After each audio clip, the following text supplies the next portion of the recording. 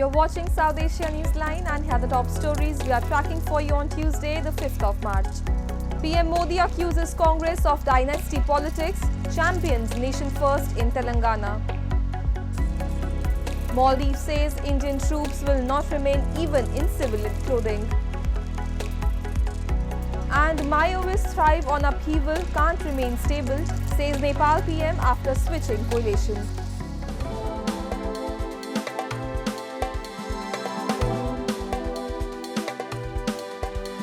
And now for all the details. Indian Prime Minister Narendra Modi on Tuesday launched a scathing attack on the Congress party and other allies of the INDI Alliance, asserting that unlike the opposition bloc, which prioritizes family first, he prioritizes the nation.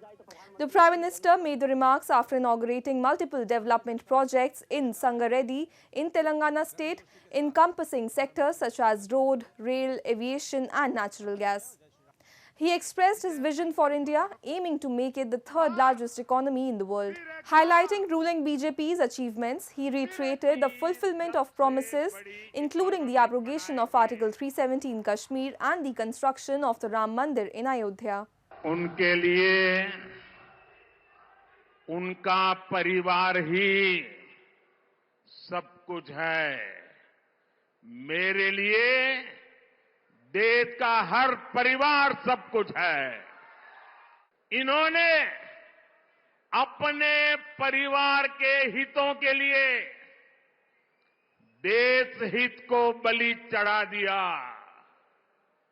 Modi ने देश हित के लिए खुद को खपा दिया है। Moving on, India on Tuesday slammed Pakistan as it raised the issue of Jammu and Kashmir at the UN Human Rights Council, saying it should introspect on its own appalling human rights record and deserved global reputation as the world's terrorism factory. Jagpreet Kaur, Under Secretary in India's permanent mission to the UN in Geneva, conveyed disinclination to waste the Council's time in responding to fallacious comments about India.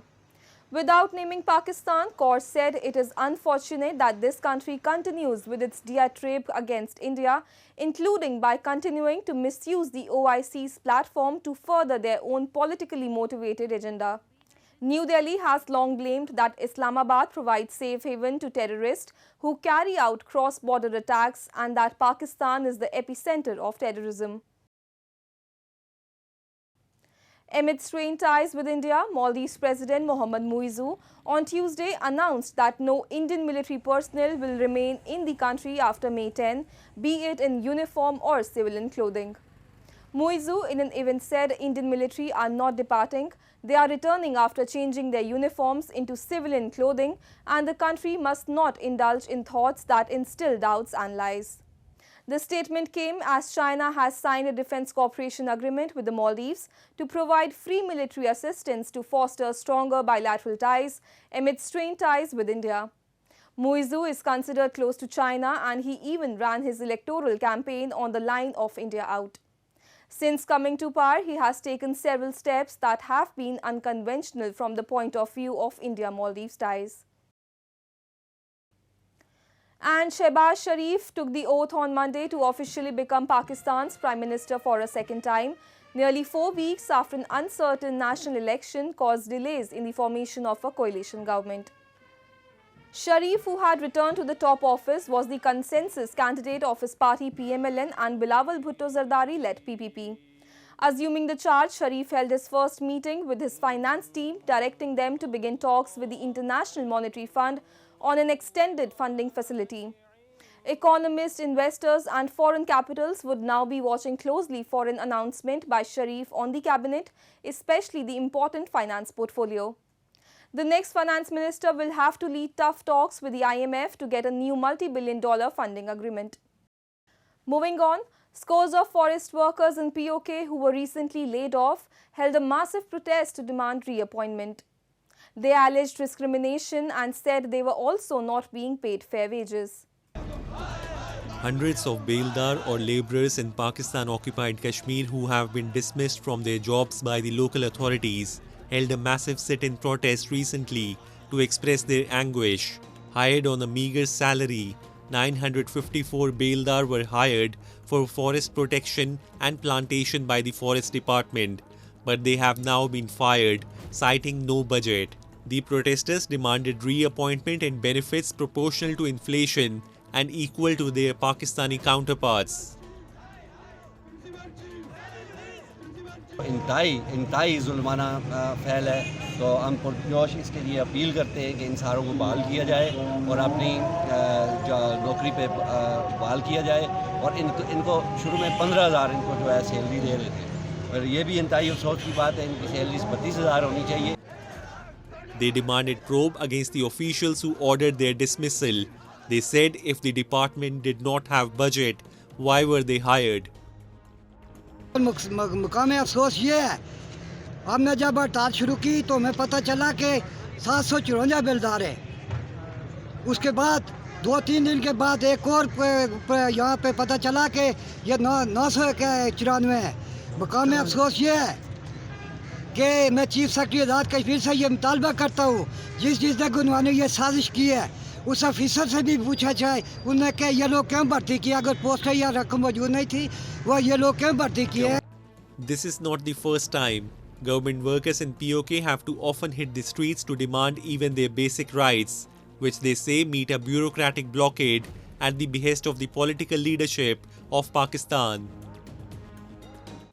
Amid the political turmoil in Nepal, Prime Minister Pushpa Kamal Dahal justified his change of coalition and said political upheavals are in the nature of the Maoist ideology of the Himalayan nation. Addressing an event before the swearing-in ceremony of his cabinet, Dahal forewarned that the country would continue to experience such political instability until his last breath.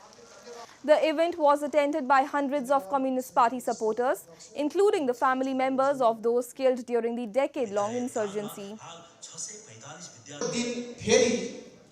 एकचोटी नयाँ ध्रुवीकरण, नयाँ राजनीतिक परिस्थिति सिर्जना comrade विप्लव सिंहले भने जस्तै फेरि एउटा नयाँ उथल-पुथल भएको दिन पनि बन्यो। साँचो कुरा हो, माओवादी जहिले पनि सिद्धान्त र व्यवहारका दृष्टिकोणले जमेको पोखरी जस्तो गरेर बस्ने होइन, गडगडाउँदो खोला जस्तो, गडगडाउँदो नदी जस्तो बग्ने नदी हो।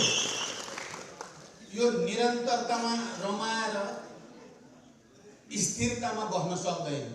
यो निरन्तरतामा क्रम भङ्ग गर्दै नयाँ परिस्थिति सृजना गर्दै अगाडि बढ्ने जात हो माओवादी। देशमा उथल-पुथल भइ नै रहेको।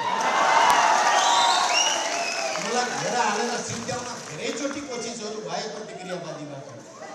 घेरा तोड्दै आएका छौँ, तोड्दै जान्छौँ। Dahal, a former Maoist guerrilla leader, had formed a coalition cabinet including the Nepali Congress and other smaller groups last year, ditching his support to KP Sharma Oli's CPN-UML. However, Dahal-led Maoist Centre Party had criticized the Nepali Congress for not giving him free hand and putting hurdles to removing some ministers with whom he was not satisfied. Nepal has had 13 governments since it abolished the 239-year-old monarchy in 2008 and became a republic. Amid the ongoing edition of India-Japan joint exercise, Dharma Guardian, the Indian and Japanese troops showcased their abilities on the obstacle course as a part of the joint training efforts between the two nations. Earlier this week, the 5th edition of the exercise, which is being held at Mahajan Field firing ranges in Rajasthan, also witnessed the two sides performing various battle drills to prepare for semi-desert operations. The exercise enables the two sides to share their best practices in tactics, techniques and procedures of conducting tactical operations. The annual exercise is conducted alternatively in India and Japan.